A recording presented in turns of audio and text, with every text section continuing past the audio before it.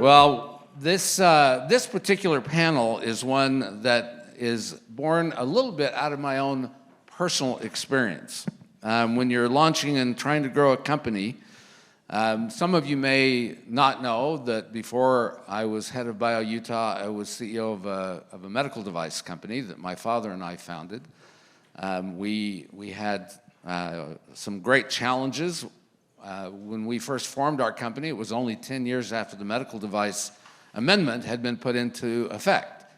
So we started launching and selling our medical device unaware that you had to have FDA approval to market that device. So one day the FDA knocked on our door and they said, "Do you have your 510K?" And we looked at them and said, "What's a 510K?" And they said, "Well, you probably don't have one because your device is a PMA." We said, "What's a PMA?" And they said, "Well, we're going to padlock your doors until you figure it out." And they literally padlocked our doors. And so we learned very early on that having good counsel, good professional advisors meant a lot. I had an attorney friend who used to tell me, some of you may be old enough to remember the Fram oil filter commercials that said, "Pay me now or pay me later." And so that's kind of the basis for this. And you've heard some, if you've been at some of our other panel discussions, some of the earlier panels talked about the fact, some of the VCs and investors said, make sure you have good professional counsel. And that's a tough balance for an early stage company. So today, we're going to explore that a little bit about how you do it and why it's important with a panel of experts, including a CFO of a company who's going through this right now. So we're going to pick on Jeff a little bit to help us with exploring this. So we're going to start out asking our panel to just introduce themselves. Why don't we just start down here, Jeff? We'll start with you, and then Dan, Heather, and then we'll come back to Mark. Okay, great. And tell us not just who you are, a little bit about your company, your firm, the kind of services that you do. Sure. Right. Okay. Yeah. Great to be here, everyone, and thank you for having me on the panel. Jeff Burton, CFO of Halia Therapeutics. We're developing some small molecules that are focused, or we're targeting chronic inflammation and neurodegenerative diseases.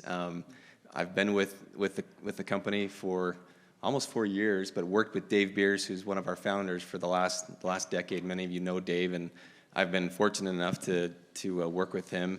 I started my career in tech, and did a fairly sizable deal, and decided to leave the company I was with. And someone introduced me to Dave, and the rest is history. I never thought that I would end up in this industry, but have loved every minute of it, and look forward to our discussion today. Oh, can I stop you there? You bet. Every minute of it? Well, if I think back to my time in tech, and that was a difficult road. 98% of the okay, of the time. I just want to make sure. I mean, I didn't want you to lose credibility with our audience. So it is pain, but not too much. So I'm Dan Asbaty. I'm a senior director with Lohman & Associates. Lohman & Associates has been around almost 6 years now. We're a fractional accounting resource, so that's fractional accounting at lower levels all the way up through CFO. A lot of times the term fractional CFO lands with a lot of folks in the audience, but we do a little bit more than that. So we go from basic bookkeeping, anything you would ask your internal finance team to do, we do on a fractional basis, and we specialize in helping startups mainly in the life science community. So we were born and bred out of San Diego, which is a big-time life science hub. So we have a lot of industry experience there. And we've made the foray here to Salt Lake, much the way that Mark talked about with Mayor Brown. Just understanding this booming tech scene and this budding biotech scene got us very excited. So we've been here for more than 2 years, again, live here, work here, kids go to school here type deal for us. And we're just excited about helping the ecosystem, and a bit of our services, like I said, whatever an internal team would do, but that expands to augmenting an internal team. So that could be just doing your technical accounting, just doing your FP&A, and getting you audit ready or diligence ready. Those are the areas we really specify. And we want to thank them also for those of you who came to the pre-event mixer last night at Lake Effect. It was Lohman & Associates who conceived that idea and executed it very well. And it was we great. really appreciate that. Yeah, great time last night. Thank you so much for the support, Kelvin. Again, happy to help the community. All right, Heather.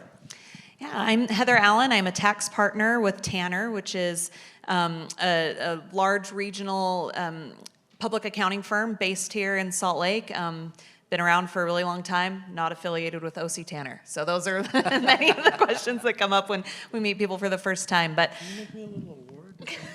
Exactly. Yeah, we don't make awards and recognition pieces like that. But we do very fun things, including tax compliance and consulting, traditional audit services. So those traditional services that you would find at a public accounting firm, we offer. But we also have a lot of specialty services as well, including I have one of my partners here that runs our credits and incentives group. So for a lot of tech and startup companies, there can be some really valuable R&D credits and other things to look into. We also have specialists in international tax, IT security, right? So we can really just cater the right services, based on the client's needs. I've worked with a lot of tech companies, a lot of startup companies that are growing quickly that you end up, in some type of M&A transaction, right? Whether it's private equity, venture capital, some type of funding round, or some type of exit. You've grown your business and your product to that point. So as Dan talked about, due diligence and these things that start coming up when you're looking at transactions. That's an area we work in a lot. And to Kelvin's point, there's getting the right advice early enough so you're not just asking the questions, when that process starts, can make it a lot less painful. So it's going to be a great topic today to discuss, when that right time is. But yeah, happy to be here. Great. It's nice to have a rose among all these thorns. Thank you. Mark. The last thorn. Yes.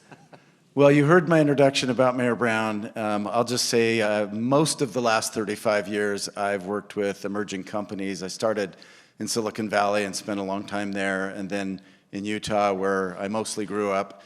And that's my bread and butter is startup companies that are technology driven, and they're getting financed by venture funds, and then they either grow up and get bought or go public. And I think I did my first venture investment in Utah in 1990 for cardiopulmonics, which was a medical device, which ultimately went public but didn't get clinical uptake and got sold. So that's the history. Great. Well, it's great to have this panel. We appreciate you taking the time today.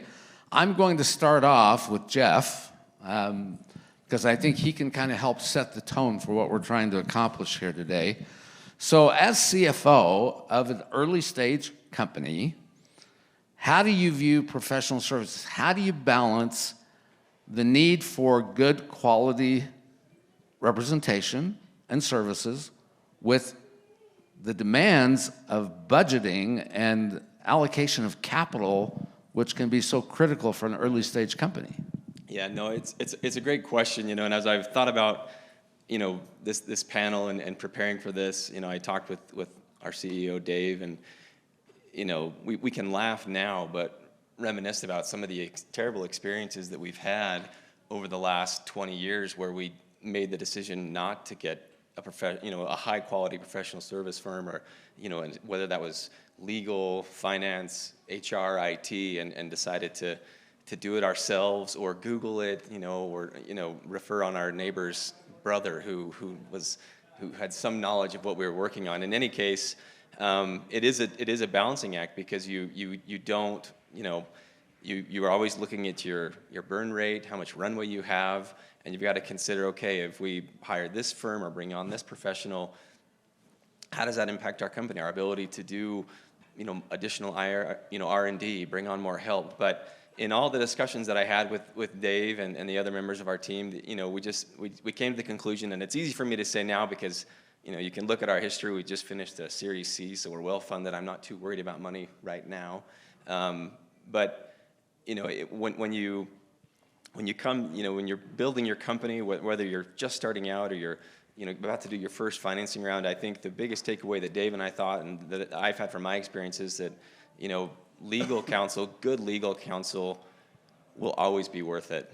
And you can, again, find different things online that can help you with, organizing your company or getting ready for your first deal or setting up founder shares or agreements or whatever you're doing.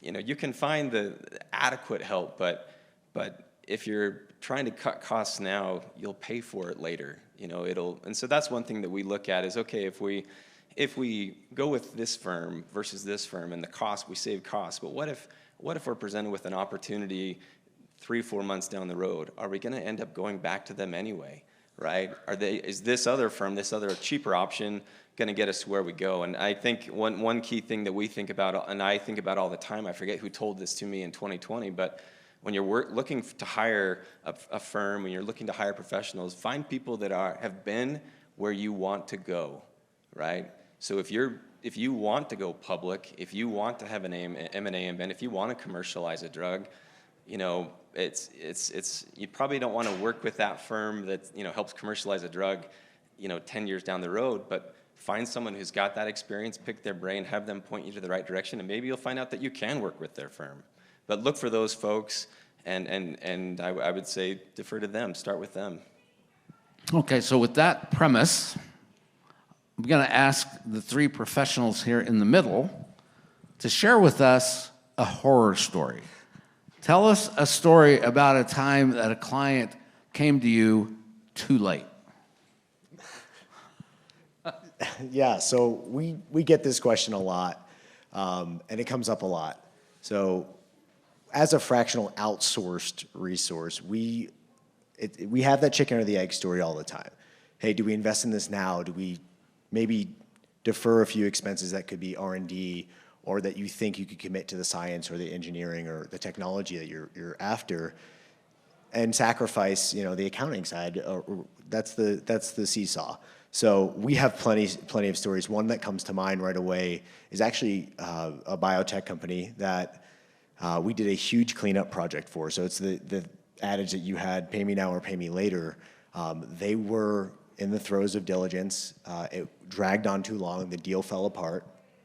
We had engaged with them started talks with them before they started those initial talks with investors. And they felt like, hey, we'll get to you after we get funding.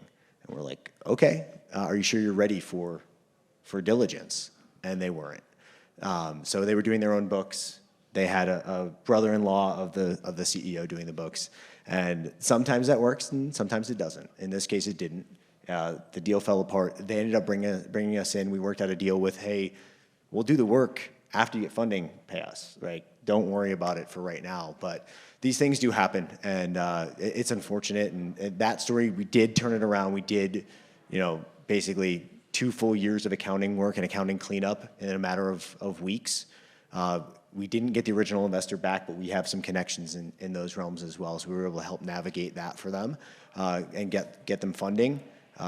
So a horror story that kind of turned pretty, but these deals are fickle sometimes, and deal fatigue is real. And when you have somebody get in a diligence room and start poking around your financials and things aren't in order, deals fall apart. Just a quick comment on that. It's always the accountants that I feel like people, they'll say, okay, legal makes sense. I've got to do legal, right? For the most part. I have some horror stories on the legal side of things. And taxes, obviously, they got to worry about tax. But for whatever reason, accounting gets put on the very back of their minds. So when a deal does come, you don't want to be going through receipts from 3 years ago that your neighbor's daughter is your bookkeeper and she's trying to patch things together so you can get, an investor in the data room looking at your financials and feel good about them, right? Let alone have an audit. Right. But try not to skimp on the account. You can probably, if you're just starting out, just a conversation with Dan and maybe a few hours of work for him to show you this is what system you should put in place, this is what processes you should have. Even if you want to use your neighbor's daughter, as your bookkeeper, have them set you up, have them put in a process so that when it's time to let her go to college or whatever, you're ready to make that move. And it's So does Dan give you a discount now for that? No, that's commercial. Is that? That was unsolicited. I swear. I swear. The 2 or 3 companies ago,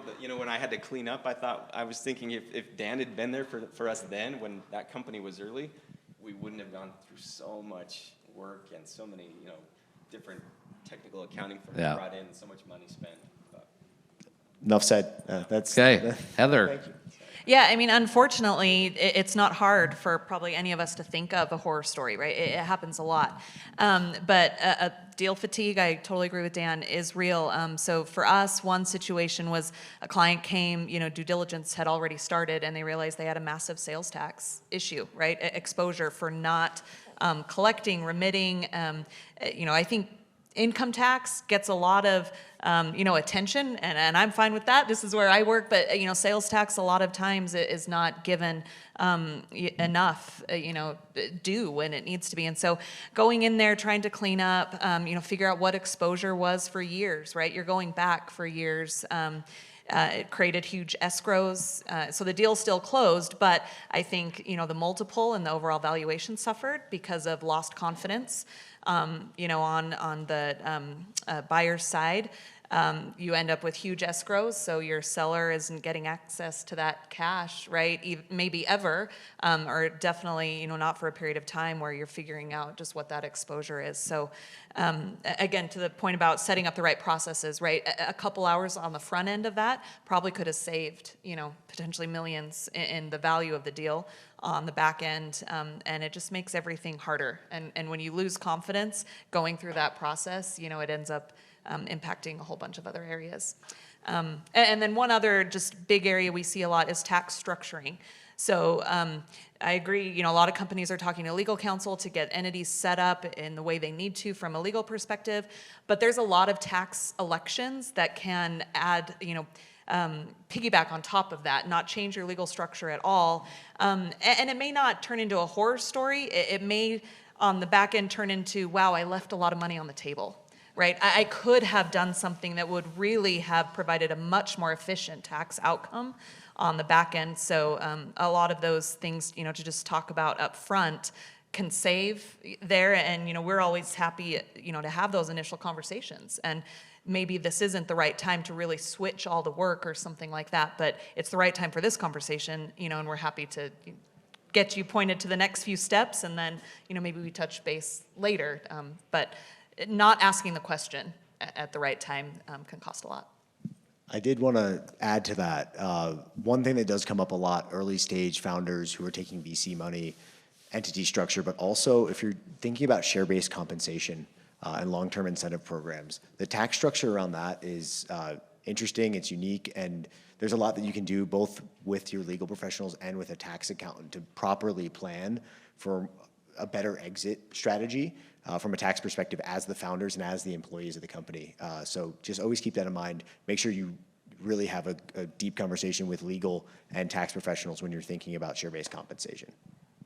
And can I share a quick story? Heather just Sure. jogged my memory. So, you talk about tax planning, and when you set up your company and you get your founder shares, or maybe you give founder shares, and then shortly thereafter you might give restricted shares to some employees very early on. I had a good friend of mine who's been in the industry 30 years, probably 30 plus years, public, private companies. He's done everything. He's commercialized drugs. In any case, he started working with the company in 2019, very close to when they were founded. And I guess it was probably the fall of 2020, he called me, so he'd been there just over a year, and said, hey, Jeff, my first tranche of restricted stock units just vested. How do I file my 83B? Oops. And I said, oh, wow. What do you 11 mean? months ago, you needed to you're 11 minutes late. He said, Great well, what do you- opportunity what- for what do that you- time machine thing. What do you mean? And so I explained to him, well, the 83B has to be filed with your employer and the IRS 30 days within 30 days of the grant. That's when you get the tax benefits. That's what, as it dawned on him on the phone, and they were about to do a Series A, so their value had gone up, so I'm gonna pay taxes on the value of my shares now. Yes, be prepared to have no cash inflow because you have no market for your shares, but you're gonna pay taxes on that. So, and again, they didn't have the legal counsel or whoever it was to say, hey, we're giving you these restricted stock units, they're gonna vest, you can elect 83B now and avoid, if you want to pay the taxes now, and avoid doing it later. And that was, lack of professional help. Okay, Mark, you got a horror story? Yeah, I'll anonymize this one though. So, Oh, because they're in the room? no, they're not in the room. I don't think. So, medical software for medical purposes. You got a great idea. You start writing the code. You need a little help. And your neighbor who you've been telling about your project says, oh, well, I did something like that at work. Let me come help you. Neighbor comes over, provides some key code, pulls a little bit off GitHub, and gives you some algorithms that he's kind of worked out. And it turns out it really does work, and it helps. So you build the rest of it. You go start looking for financing. And one of the weird questions they ask you is, do you own the copyright to all of the code that underlies your product? And you think, well, yeah, I wrote most of it myself. It's the most of it that creates a problem. Okay, we'll help you. Go back to your neighbor and let's make a deal to buy out all of his rights so that the company now owns them. That's not going to work out really well. We're in kind of a dispute about where the boundary line is on our property, and he's mad at me. It's not good. Not good. And investors really do not like investing in a dispute or questionable ownership. This isn't just software. Software is easy to point it out, but ownership of intellectual property from the get-go is something you need to think about. As soon as anyone but you is involved, you need to be thinking about that one. Okay, so now we've made a case for why people maybe should be looking at services earlier rather than later. And I want to explore that for just a minute. There are lots of things that go into starting a company. The technology is always the exciting part, and the corporate governance, the accounting, all that is the mundane part that most people don't like to deal with. But how you structure your company, how you set things up, even 83B elections, I mean, you're talking about founder stock, all of these kinds of things will make a huge difference down the road. So tell me one thing from your experience that if there's an entrepreneur sitting here in the audience today thinking, I want to start a company, what's the one thing from your personal experience you would say, make sure you do this? And don't be so general to say, hire a good attorney, hire a good accountant. Tell them something that you would want them to know and do specifically. Mark, let's start with you. Face the hard question of working out with, if there's more than one person involved, face the hard question up front of working out who owns what percentage of things, because I've seen disputes multiple times where people made different assumptions. One person assumes, I'm contributing 90% of the value here, so I should own 90%. The other one says, well, there are two of us, so obviously it's 50-50. Once the value goes up, that becomes a really hot issue. You have to face that question early on. Before the long knives come out. Okay. Heather? Yeah, I would say, a conversation of really, I know it's, startup mode and you're on day one, but to have a conversation of really what is the plan? What is the intention? Where, 5 years from now, what do you see happening? And then walking that back to say, what is the right tax election for the tax status of my company? Far too often we see founder that starts, by themselves or maybe with just a couple people. They make an S-Corp election because a CPA has told them you'll save self-employment taxes from the beginning, which is true. But how much is that worth, right? I mean, it may be worth enough right now, but likely not. And so then we get involved later and issues of qualified small business stock or Section 1202, if you've heard that term, there's nothing you can do at that point once you've made that S election from day one because you're trying to save $5,000 or $6,000 in self-employment tax in that first year. So again, just having that open conversation, okay, I am, building this to grow it. I want to sell, I want to exit in 5 years. This is what I see, ideally, right? And things can change, but having that plan from the beginning, not just being short-sighted of, well, gosh, I need to save $3,000 in taxes this year, and ending up making a decision that you don't realize how that will impact it later. And S corporations have their place, and sometimes that's the right thing, but that's just a very specific example that happens a lot, and by the time we get involved, it's just really unfortunate to say, oh, if we could go back a couple of years, we could have a completely different situation now. Second opportunity for the time machine. Yeah, there you go. Dan? So I'll answer it similarly to Heather. It's asking about the end and what is going to come up 3 years from now, 5 years from now. And that's very different for a lot of companies. If you're a medical device company, you know, how soon are you going to seek certain approvals? Do you need certain approvals? Having that all worked out and then knowing, hey, am I taking money from external sources? If that's true, then you do, S Corp, you need to probably forego and go for a C Corp. You know, what does the system look like? If you're going to be selling goods, you're going to need some sort of system up front that's going to have you track inventory and be able to track sales. So let's get that groundwork laid. All of these decisions can be made up front, but you can get started on the wrong track. And you can waste money and time and resources figuring it out later, but we always ask up front, hey, give me the big picture. Where do you want to be in 5 years? Do you hope to sell to a big pharma? A lot of the biotech companies that we work with are drug discovery, therapeutics. They're going to be raising money throughout. So what do you need to effectively raise money? Have you thought about how much money you need?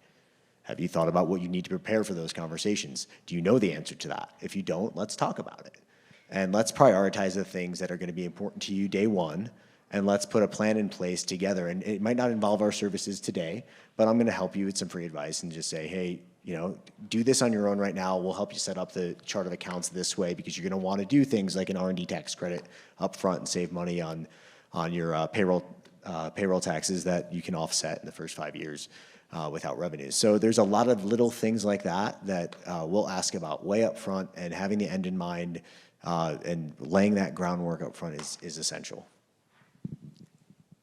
Can I just throw in, I agree with what they just said, and you should also, where you have their warning about S Corp, you should also say, or LLC, because usually the same issues will arise. Yeah, absolutely.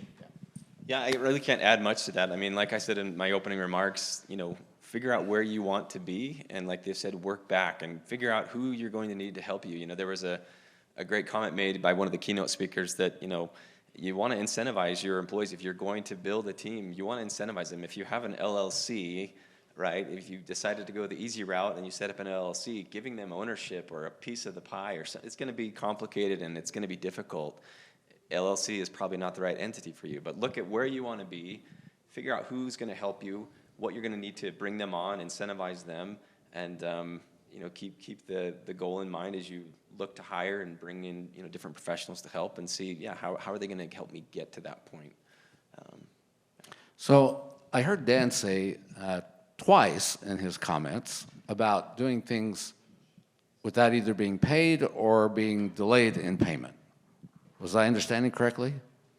Just wanted to get on record here. Yeah, and so we volunteer a lot of our time at places like Altitude Lab. And if you come up to me and you want to have a conversation and you're early stage and you're probably too early for us, we'll be very honest about that up front. So I'll offer my time to most anybody who asks, and we have a practice of doing that. As far as delaying payments, yeah, it's an uncomfortable conversation for us at times.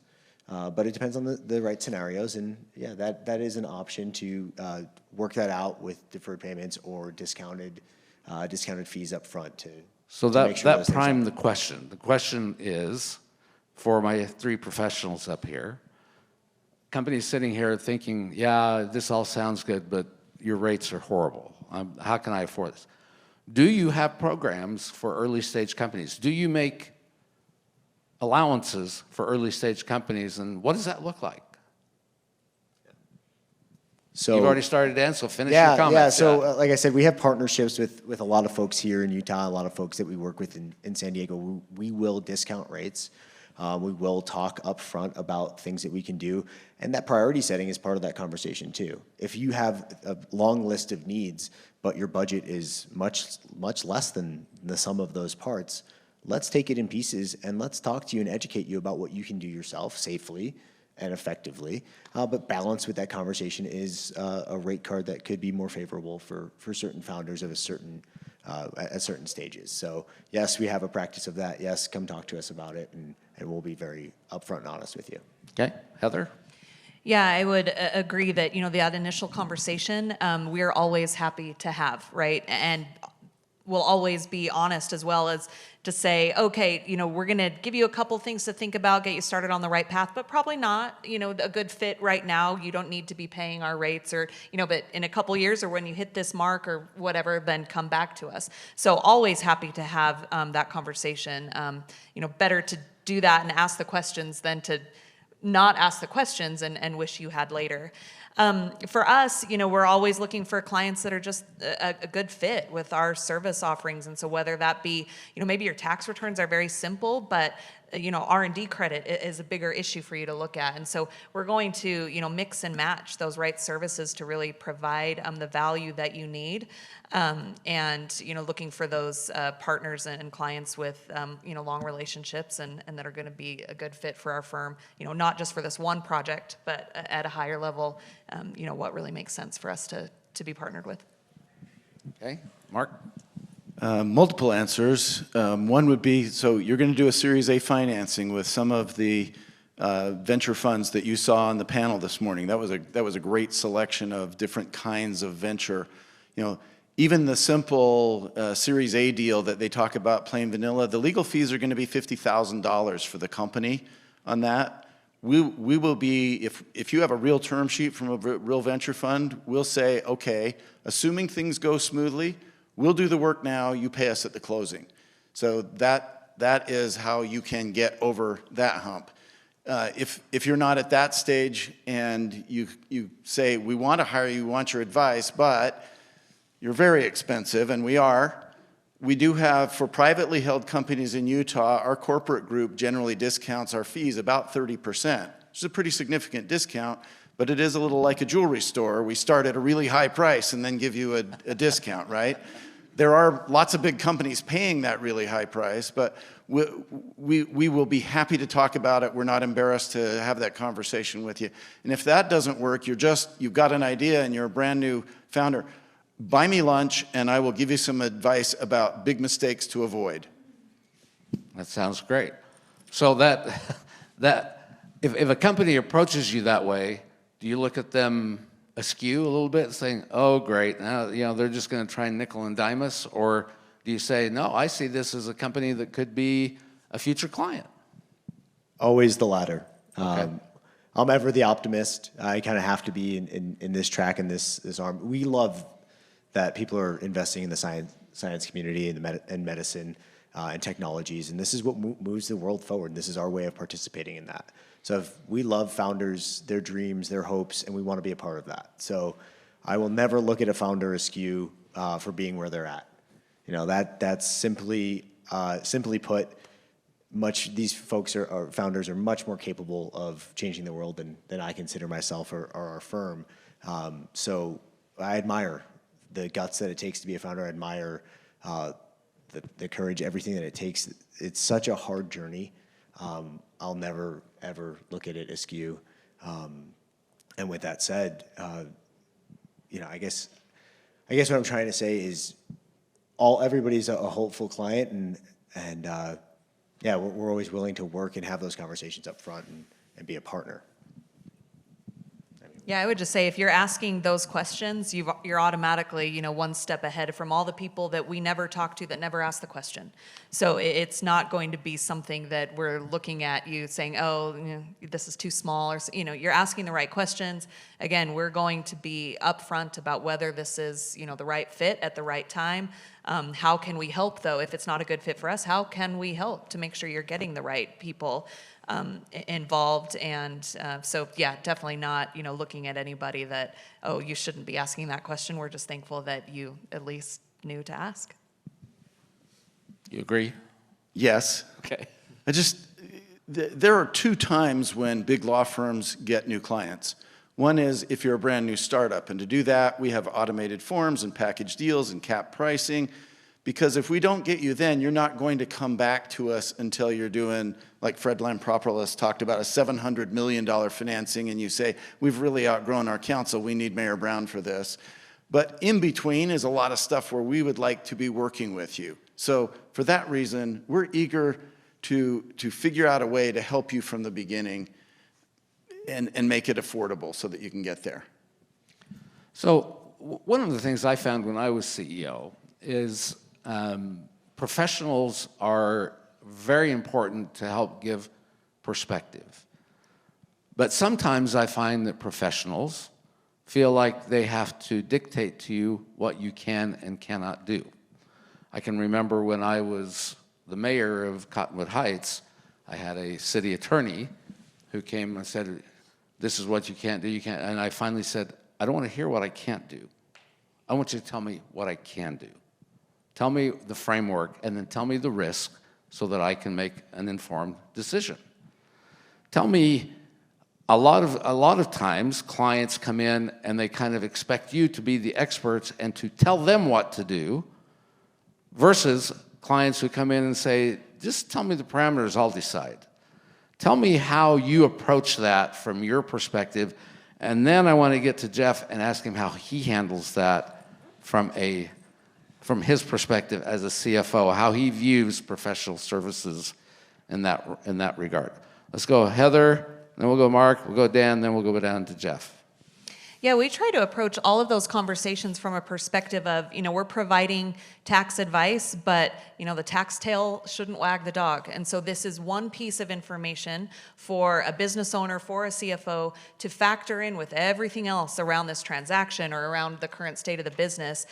We want to make sure you are well informed, but realizing that this may not be the most important piece. Sometimes it is the most important piece, and that is going to be the deciding factor. But our goal is to provide the correct information, maybe some ideas that hadn't been considered, right? If there's something else we see as an opportunity in that way, but it is, you're running the business, it's your business, and this is one piece to So add a into specific question for you. The client says, I don't want to pay that much in taxes, I'm going to take these deductions, and you say that's questionable. Do you still represent them? So there are some things in tax that are very black and white, and some things that you just can't do. And then there are some, gray areas where we're talking about, let's get the right documentation in place. We are not going to be overly aggressive, right? We take the approach that we assume everything's going to be audited. So we at least need to have a position that, isn't going to, the IRS would at least consider our position, right? Not that it can't be challenged. So we're going to take, positions that we believe we could be supported, may not always win. But yeah, there is a line, and if you cross that, there are some things that you just can't do. Back to the S-Corp issue, right? If somebody said, well, I just want to, have private equity invested in my S-Corp, well, you just can't, so we've got to figure out a way around that. So yes, there are times where you have to say no. And honestly, it's about the relationship with us and the client. And if that's something that we feel like somebody's wanting to do something that we're just not comfortable with over and over and over, it's not going to be a good fit for us to continue working with them. Okay, Mark? This comes up when companies are raising their first round of financing and they say we need a term sheet, and maybe they've gotten one that they've built themselves. It's a page long. It outlines the deal as far as they're concerned. I will tell them we can use that, but I'll bet there are a number of issues that come up. And if you'll invest a little more in developing a 5-page or an 8-page term sheet where we spell out more details, your deal is a lot more likely to stay on the rails and close, but it will cost you more up front. What do you want to do? And you'll do it whichever way they want to go. For that thing, yes. Okay. I won't do something illegal, because every law firm I've worked for has had the same rule. If somebody's going to go to jail, it's not going to be the lawyer. Okay. So some lines you can't cross. I get it. All right, Dan? Yeah, this is an interesting question for us because we work with startups who are, sometimes you have to, for lack of a better term, cut corners and prioritize things differently. And there are things that gap by the book, you would do them this way, but you're not facing a gap audit. So yeah, you can get away with that right now. So that's a meet them where they are kind of conversation for us. Obviously, there's ethical bounds. Obviously, there are legal bounds of things that we will, that are just verboten for us. And we have one story in firm history of us divorcing from a client who did something shady. We found out about it, and they were not upfront about it. And we said, yeah, we can't work with you. So there's risk tolerance that comes into this. where we will find a balance with clients who, hey, yeah, if you don't think that you should do that right now, our advice is X. You know, if you want to do Y, it is your business. We're not signing off on that decision. If somebody asks us about it, we will point them to you. And again, legal and ethical bounds really dictate that conversation. If we're uncomfortable, then yeah, we will have to walk away. But we never like it to get to that point. So Jeff, tell us from your perspective how you view counsel from professionals. What's their role in your perspective? You know, I think you want to have a great relationship with them to where they feel like they're a part of the team and a part of the decision-making process. You know, I've been fortunate enough, you know, thinking back, since I left Deloitte, which is where I started my career, I've worked with the same law firm for 95% of the time, and the same two tax professionals, one who's actually at Tanner, so a little plug for Tanner.